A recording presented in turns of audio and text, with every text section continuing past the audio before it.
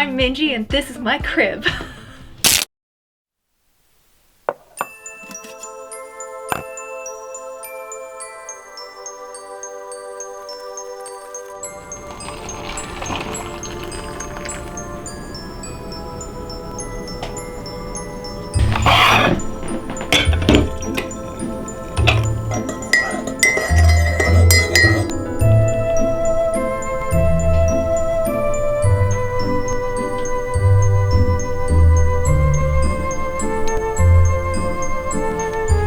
So first off, it's kind of dark in here. It's been better in the winter since there's no trees outside, but usually the first thing I do when I come in is I turn on all of my extra fancy lights there, and then I turn on my big boy light. And I'm under it, so like it's not benefiting me at all, but usually that makes the sewing area easier to see. Number one rule for coming into my studio is you gotta wear slippers with big soles in them. Mike is wearing his too because we've had too many stabbing incidents.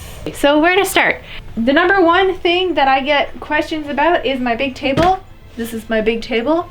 It's a good height for me to just like reach across and not get back pain, though I do still get back pain. But basically how I made this, I showed a little bit how I assembled it in my like making my studio vlog. But it is 2 IKEA bookshelves. I think it's the Kallax, K-L-L-A-X, I think is how you pronounce it. But it's 2 of those, like running parallel to each other. We've attached some wheels on the bottom here so that I can roll the shelves around. And then on top of that, this is 2 hollow doors. They're like sliding doors, pocket doors, I guess. They are bolted together, so it makes one big surface. And I just lay that right on top of my table. And then the layer on top of that I can pin into is a layer of Homosote. If you go to Lowe's, they don't have it. Home Depot does have it, but they don't know they have it. At least the one we went to was very insistent they did not have any Homosote, but they do. Go to Home Depot and buy your Homosote there. I don't know what it's called in other places, I'm sorry. You could also use corkboard. I just prefer Homosote because it doesn't crumble the same way that corkboard does. After that, I covered it in a layer of butcher paper, and that's just to keep any Homosote that does come loose from getting everywhere. And on top of that, I stapled this backdrop to it. So this is just a piece of fabric that's printed with a like wood slats, I guess, print. And it's just to make my table look nicer when I'm filming on top of it rather than having butcher paper, which is really ugly. This is clean for my table. Usually it is a lot more of a mess. I thought that maybe I should clean more, but then I'd be lying to you guys. So this is what it looks like on a really good day after I've cleaned up a bit. Or when I'm like about to cut big, large pieces of fabric because I need more real estate. We can talk about the stuff on my table really quickly. Obviously this is my bullet journal, and I keep getting requests for a bullet journal tour, so eventually I will do that. But look how cute my spread for February is. I love it. This is the good one. Look how cute that is. Awesome. Okay, and then obviously this is my computer. Very crucial. I watch a lot of YouTube while I'm sewing, so I do that. Oh wait, this is also a very important part of my computer setup because I don't want it to overheat. If I'm sewing a lot of stuff and watching YouTube, then I just stick it on this thing. It gets lots of nice circulation and also doesn't sit right on top of whatever I'm sewing, so that's good because we don't want extra heat going into my sewing stuff because then it'll leave creases and whatever. It's not nice. Cool. My current project, this is the hem of Frau. This is some extra fabric for the hem of Frau. This is Frau's bodice and pattern pieces. This is really ugly. I'm gonna throw this underneath. This looks very unimportant, but this is what I use as a tripod most of the time. So whenever you see those pretty shots of like my hands doing work or like slightly above or looking out the window that is now behind the camera, Micah's being very kind and filming this whole thing for me. It's usually just my camera set on top of here and I just kind of slide this box around, put the camera on it again, slide it around over there, maybe take some of the boxes off because they're modular, and that's how I get most of my shots. If you want to see a tour that is more how I film focused, let me know in the comments because I'm going to focus mostly on the actual sewing studio part of this rather than the like filming studio part of this. So if If you want to see that, let me know. I've also got my pins. Magnetic pin cushions are like the best thing ever. A lot of people don't like them because they also will magnetize your pins, so they can sometimes stick to your scissors and you cut your pins and then you ruin your scissors. But if you're careful, they're fine. And then tape. Underneath my table is where I keep most of my fabric. I keep most of it stored on rolls just like this. This is some cotillo. So I've got rolled fabric here, and that's for anything that has yardages of more than like 2 yards, basically, is everything goes onto a roll because it just makes it easier to pull it in and out. There's also fabric in all of these bins. This is not organized. It used to be organized, but it is now just kind of shoved full of fabric. Oh well. The other thing that is under my table, I've got a couple of organizers, and those are either drawers or little shelves. This is mostly office supplies in the top 2, plus like some yarn. This is the hide glue that I used in one of my previous videos. I've got like a hole punch for when I need to hole punch things, I guess. Paper clips, tape, all that good stuff. On the bottom 2 shelves is fabric paint and fabric dye. So these dyes are kind of old. I should probably toss them, but that's for another day. On the other side here, I have more fabric. So these drawers have even more fabric in them. This one is an in-progress project that I haven't worked on probably in a year and a half. This is various sewing machine things. So in here, I've got stuff like extra needles. I've got some clips, my big tomato pin cushion. Oh, I should take that out. That's pretty cute. I've got magnetic bobbin holder, so that's something I'll get to later when I show you guys my sewing machine. It's hard to kind of see under this table, so I'm just gonna pull stuff out so you guys can see what else is under here, because it holds a lot of things. The cats really like to play under here as well because it's like a fun jungle gym for them. But I've got a bolt of muslin, got a bolt of iron-on interfacing. I have my overlock machine. Oh wait, this is not an overlock. This is a cover stitch. This is my cover stitch machine, not my overlock machine. A cover stitch is what you see on t-shirts, not overlocking. Overlocking is just serging. Cover stitch is what you use to put stretch fabrics together. So that's what this is. I have never actually used it. I should probably do that sometime. I got it because I was taking a stretch class and I thought I would need it. And then it turned out that I don't need it, and I don't really work with stretch material that much, though I would like to someday. More small bolts of fabric. Here, canvas. Some more boxes of fabric. So I've got 2 of these boxes of fabric under here, and that's just stuff that didn't fit anywhere else. I also have 2 more of these big pink boxes of fabric in a closet somewhere else. It's also fabric that I don't use very often, so that's why I keep it way under the table rather than like over here where it would be more accessible. Let's see, let's check out the other side of this table. It's definitely prettier, but it is more annoying to walk back here because of my clever solution of putting all my flowers in pots that stick way out of their shelves. So really pretty, good backdrop, but also annoying to walk back here. So I don't really work back here that often. More drawers filled with more fabric. The bottom and the top drawer here are filled with unfinished projects. This drawer is filled with miscellaneous lace. Oops, there it goes. These are from my SMOT project, but I've also got lace that I did not personally stitch out up here. So I go dig through that when I have a project that needs lace, but more often than not, it doesn't actually match what I need. These bins are more fabric, so, you know, predictable. There's more drawers over here that have stretch fabric in them. More rolls of fabric on this rack here, plus some wadded up muslin, so that's cool. I keep this little bag hooked onto this shelf, and this bag has lots of fabric ties so that when I need to roll more fabric onto a bolt, I have something to tie it with. I've also got a couple of things like this pattern hook here, and I'll show how I use that later, as well as, I don't know, a cedar hook for stuff, and I don't know. This is my extra fabric scraps, or cabbage, I guess. Extra bags for when I need to travel and bring projects with me. This chair right here is what I use to sit at my table. We specifically looked for a tall chair. Oh, there's my light. We looked for a tall chair that would be a good height to sit at the table and just like hand sew stuff. Baby Bat usually claims this chair most of the time though, so it's really her chair. I've got a bulletin board back here of various measurements, some patterns that I used a lot, like my mask patterns, This is a bodysuit that I got from a Creature of Habit sample sale that is honestly not super well made, so I've been keeping it up there to remind myself to remake it at some point, because I love the design, but it's just, it's seen better days, or maybe it hasn't, who knows. This is my plant. This is one of 2 actually living plants in this room. And then behind here is my grommet press. I'm not gonna take it out. You guys have seen it many times in many videos. I use it a lot. This is one of my favorite parts of my sewing room. This is my face. I made this in grad school. We had a whole casting and mold making class, and part of it is that we all cast each other's faces, like live casted, and this is mine. So now if I need to sculpt stuff, I can just sculpt it directly on my face. It's a little creepy.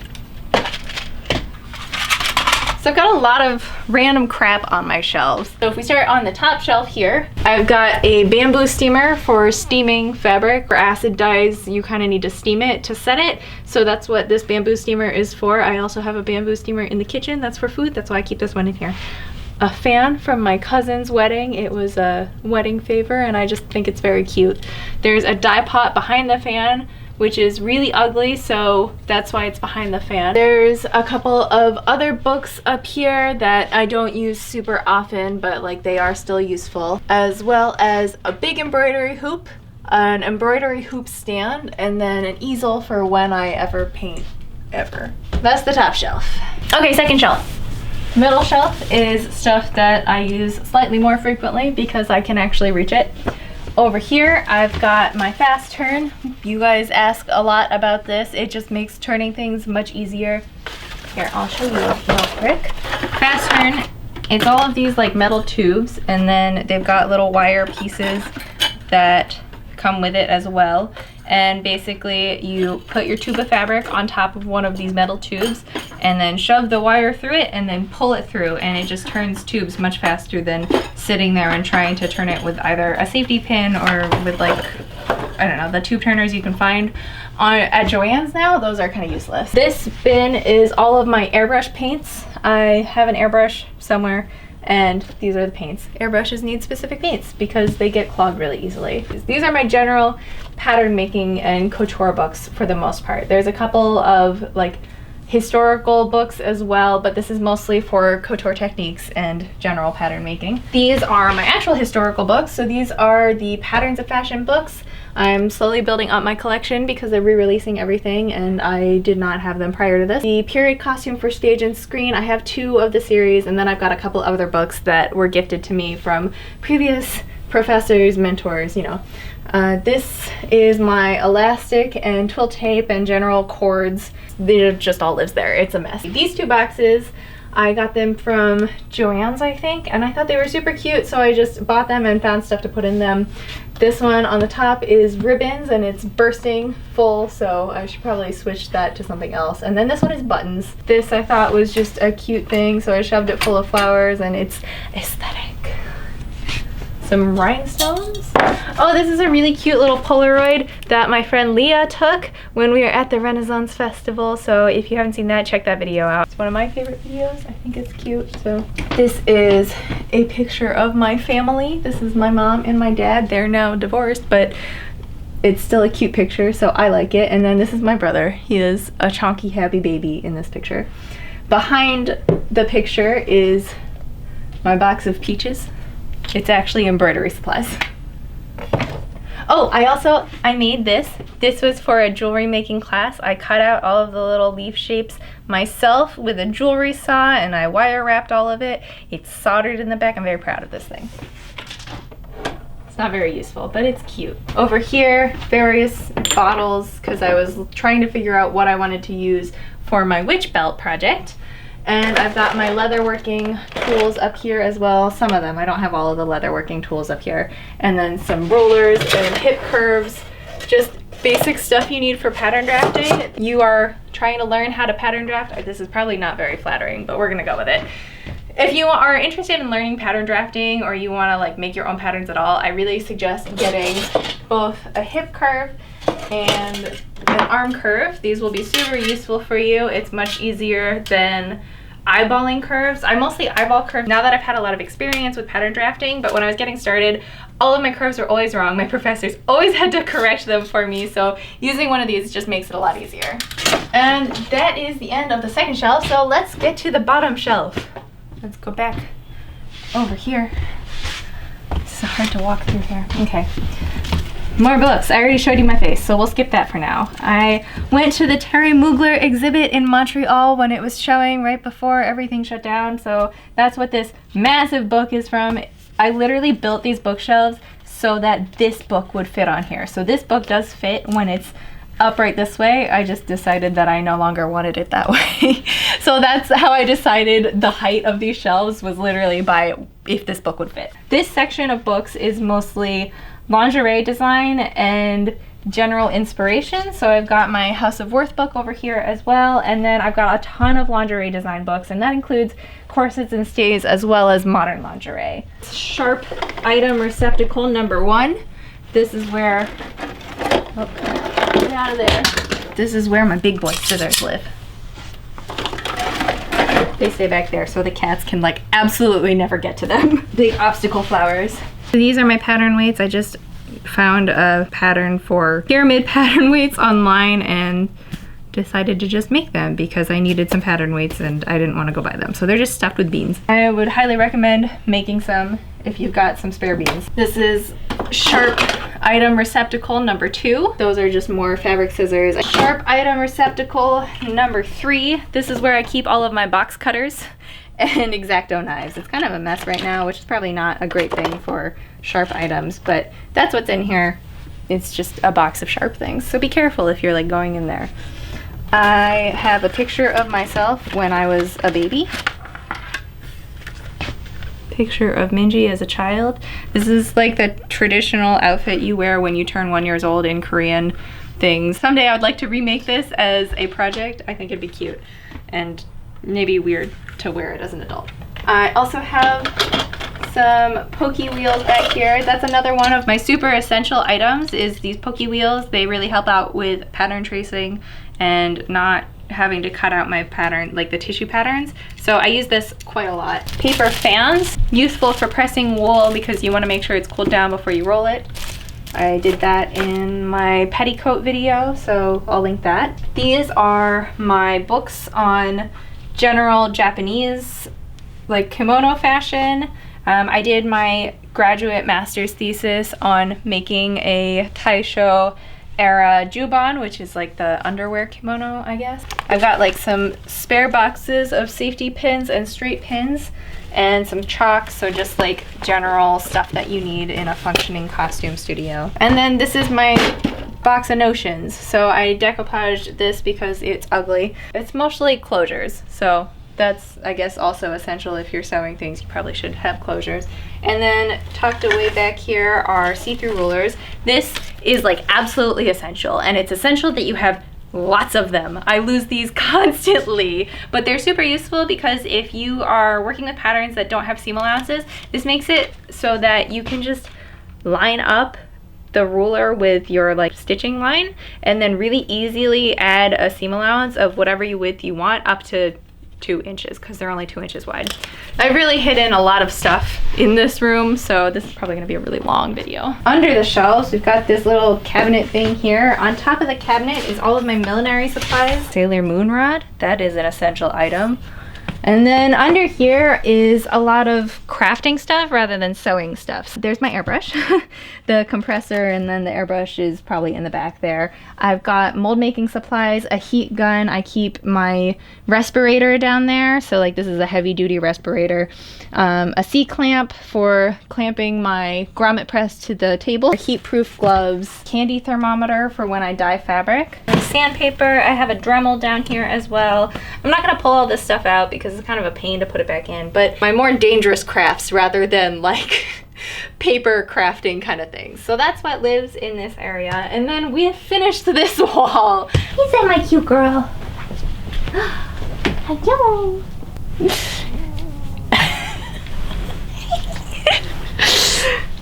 I hope the camera can pick those little grunts up because she's just like, Mom, I'm sleeping. Leave me alone. Leave me alone. I'm gonna keep going with the studio part of this, and then we can go with the photo area last, I think. This is my ironing table. I made this myself, kind of. I don't know, I bought a table from Wayfair, and then I put some cotton batting on top of that and covered it with muslin. I recently decorated, so this will be the first video that this wall actually has anything on it. This is by my friend Michelle Lee. She was my classmate at Carnegie Mellon, and she is a great costume designer and a great artist. You should totally check her out. Above this beautiful painting is a shelf of stuff. It's got some of my lighting gear on it, and then also my ironing table stuff. So I've got a velvet board back here. This is a recent addition to my studio. It's very expensive for this little tiny thing, but it's basically got all of these little like prickly things on it, and it's supposed to help when you're ironing velvet. You put this down on your table, you lay the velvet on it like velvet side down, and you press onto it, and rather than flattening out the pile, this helps keep the pile elevated. I've also got my press ham here. This is another one of my tools that I think is really essential because it helps you get into curves and press curves really well. Otherwise you just kind of like warp your seams and make them flat and sad. So press ham's very important for pressing curves. Silk organza press cloths. Press cloths also super important so that you don't burn your fabric or melt anything, especially if you're doing a lot of synthetics. If you're doing synthetics, you still have to be careful because they will melt. But this kind of protects your iron and protects your fabric from your iron and vice versa. Silk organza is important rather than polyorganza because obviously polyorganza will melt, but silk organza won't. And then why I like organza rather than using a cotton press cloth is just because you can see through it. So I can see exactly what I'm pressing rather than if I was using muslin to press, then it's opaque, I can't see what I'm doing. I could mess it up. So I've got some iron cleaner, and I should probably clean my iron at some point. I have my sleeve board hanging on my shelf here. So, you know, sleeve board. Underneath here, I have lots of storage. Again, I'm not gonna pull everything out. It's too much to do. But I'll just talk through what is under here. So I've got this little thing of drawers. It's got some faux fur on top of it. I'm not gonna open the drawers because I keep baby Bet's treats in here. If I open the drawer, she's gonna come running. So I'm gonna let her nap, but inside the drawer is all of my grommets and like general grommeting supplies. So I've got my grommet dies in there, and the top drawer as well as the grommets themselves. And then in the bottom drawer, I've got some bra making supplies, and I've got baby Bet's treats. On the bottom here is just a box full of leather. This is how I store my leather. It's probably not the best way to store leather, but more fabric that needs to be organized is over there. Some unfinished foam projects in the back. I used to think that I was gonna make foam armor, and I hate doing it, so I don't. Drawing supplies are also over here. Various sketchbooks and watercolor papers, tracing paper live in this little desk here. This whole pink striped bin is faux fur because at one point I was also making like furry ears. So that's what this is all for. I don't really do that anymore. The little box and then this box down here are mask making supplies. I was selling masks towards the beginning of all of the things. I hate making masks. It's very tedious, so I stopped doing it. I will take this one out. This is my mold making stuff. I've got skewers, alcohol paints, and like alcohol paint applicators, a bunch of molds, and then like little cups for mixing resin in. So these will be coming out to do the gems for Frau, but I'm gonna put it back for now so it's not in the way. So I've got a little rolling cart of all of my painting supplies and stuff like paintbrushes, resist, watercolor paints. I like watercolor painting a lot. I wish I had a lot more time to do it, but I don't. Colored pencils, which is not really like for painting, but you know, art supplies generally. Pencil sharpeners, acrylic paints down here, and setting sprays. My bucket for flatlining, and then it also just holds some stuff in it that I should probably take out of there. That covers that corner. Now we can move on to the bullet journaling supplies. This is my childhood desk from my childhood. It's part bullet journaling and scrapbooking and pen paling, and then part whatever else I feel like putting up here. So on the very top, I've got a bunch of headdresses and hats that I've made. This one was for my Hades costume from, oh God, I don't know, 2018, I think. And then I've got one of my assignments at school, my witch hat from my Halloween witch costume. I've got a little water gun from a different costume. Here, sketchbooks and journals, and then various books that are related to sewing. I have watercolor books up here, beads, glitter, a washi tape holder, some markers. I don't know what's in this box actually. The second shelf is my washi tape. These are my washi tapes. Can I make the "these are my ladies" joke twice? These are my ladies. I'm gonna make that joke again when we get to the sewing machines. Just wait. Washi tapes. I have more washi tapes in storage. All of these kind of folder things and sticker books are from the Simply Gilded subscription box, but you can buy similar things on their website now. So it's just like, I just have a lot of stickers. This section has recently been organized and cleaned up. It was a huge mess before, but I threw a lot of stuff away. So I've got an organizer. These are B6 notebooks that come with the Simply Gilded subscription box, and I keep those back here because I use them a lot. I've got Happy Planner stickers in here.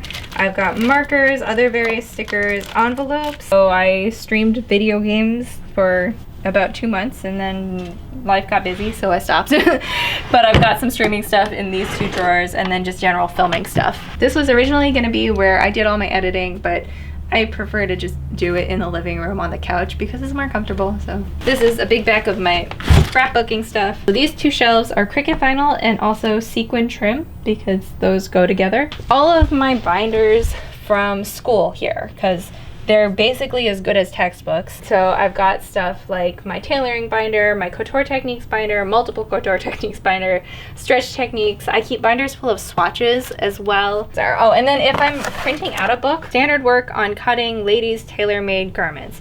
So if I'm printing out pages from a historic book, I'll just keep them because eventually maybe I'll have a full book, and it's just easier than having to go look for the same thing over and over again online. More bookshelves. I've got too much stuff. These are little blue bins from IKEA. I keep various things in them. So the top shelf is all of those. And I have like Velcro in one of them. I have zippers in one of them. This is random beads. More random beads. More beads. Sequins and beads.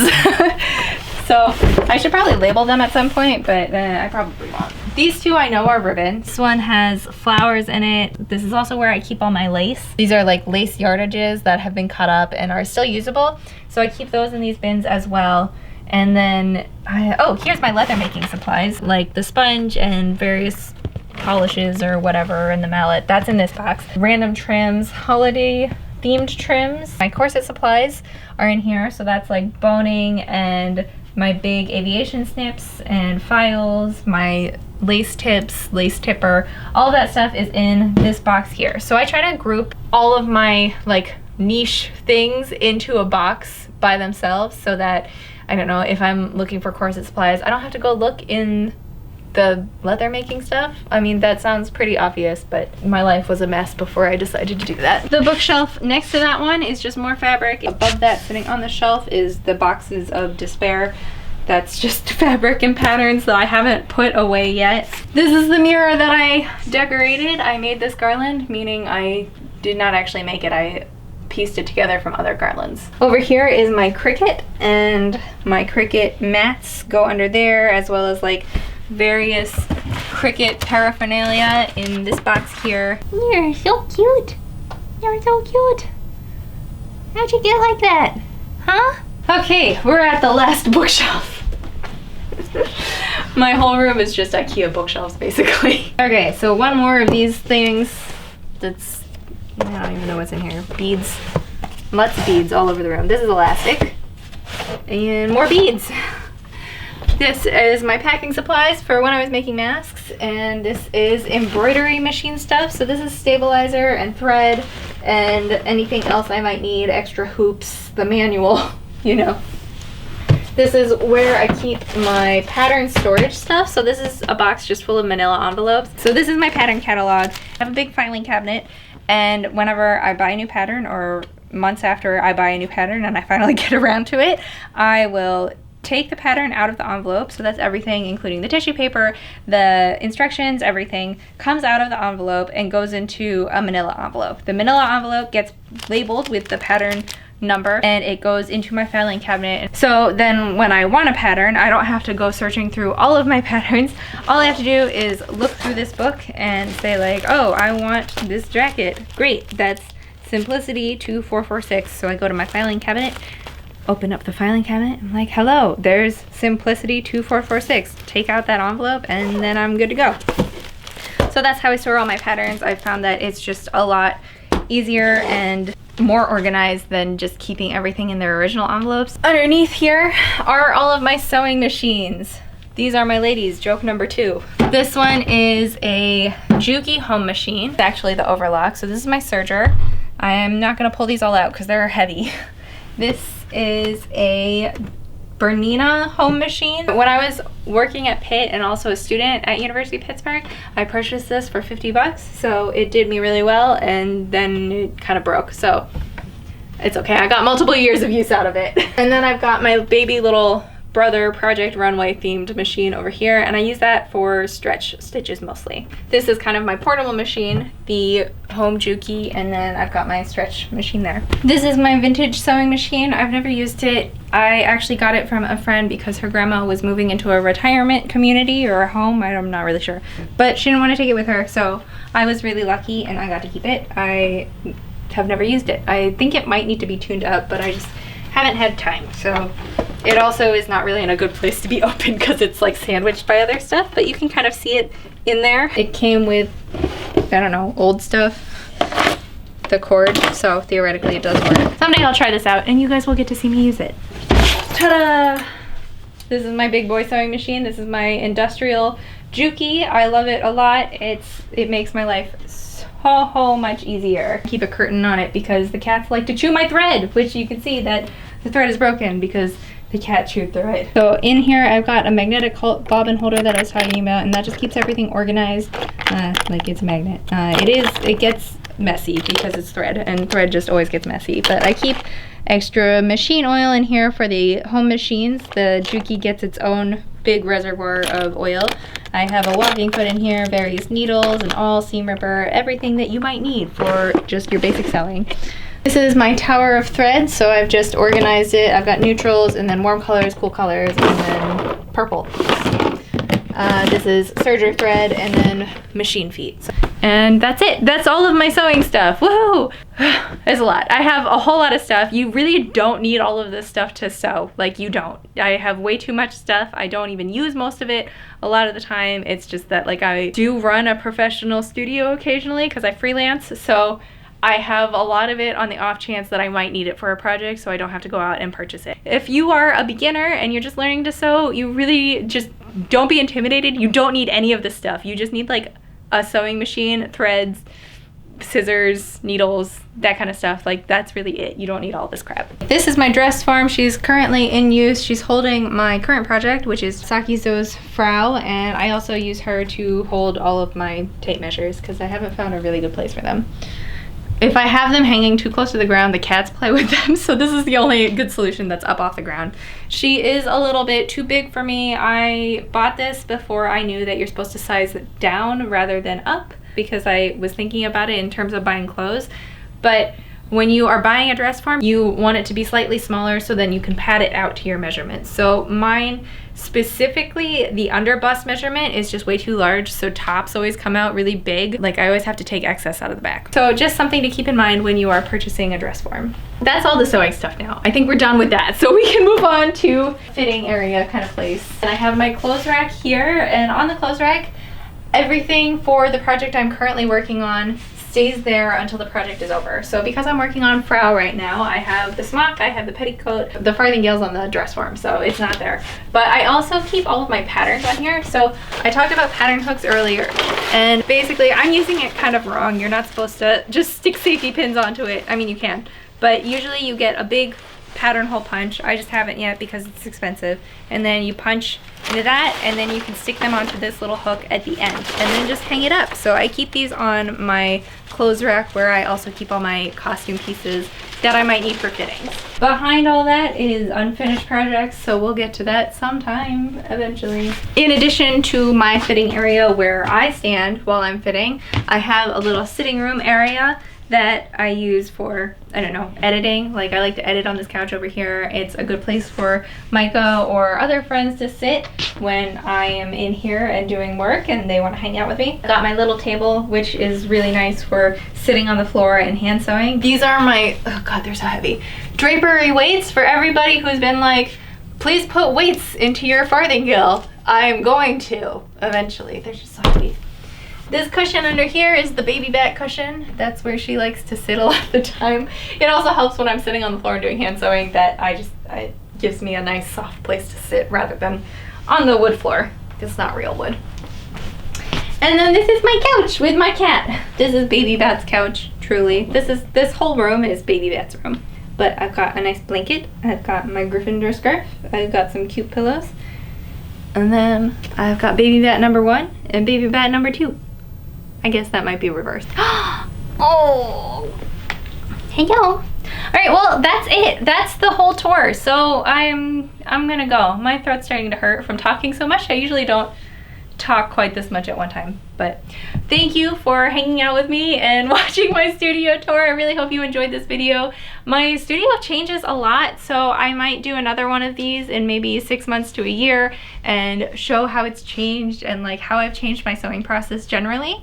But that's what I've got for now, and yeah, if you liked it, please give it a thumbs up. If you thought it was useful, if you like got some cool tips and tricks from this, or you have some tips and tricks for me on like better storage ideas, or I don't know, anything that you think I could be doing more efficiently, let me know. I would love to hear anything that you have as a suggestion. Oh, and I'm currently working on Saki Frau as my main project, so if you want to see how that project goes, and if you want to see how my other projects, like what I generally do in this sewing room, if this is the first video of mine that you're seeing, then please subscribe. I'd love to see you in the future. Okay, bye!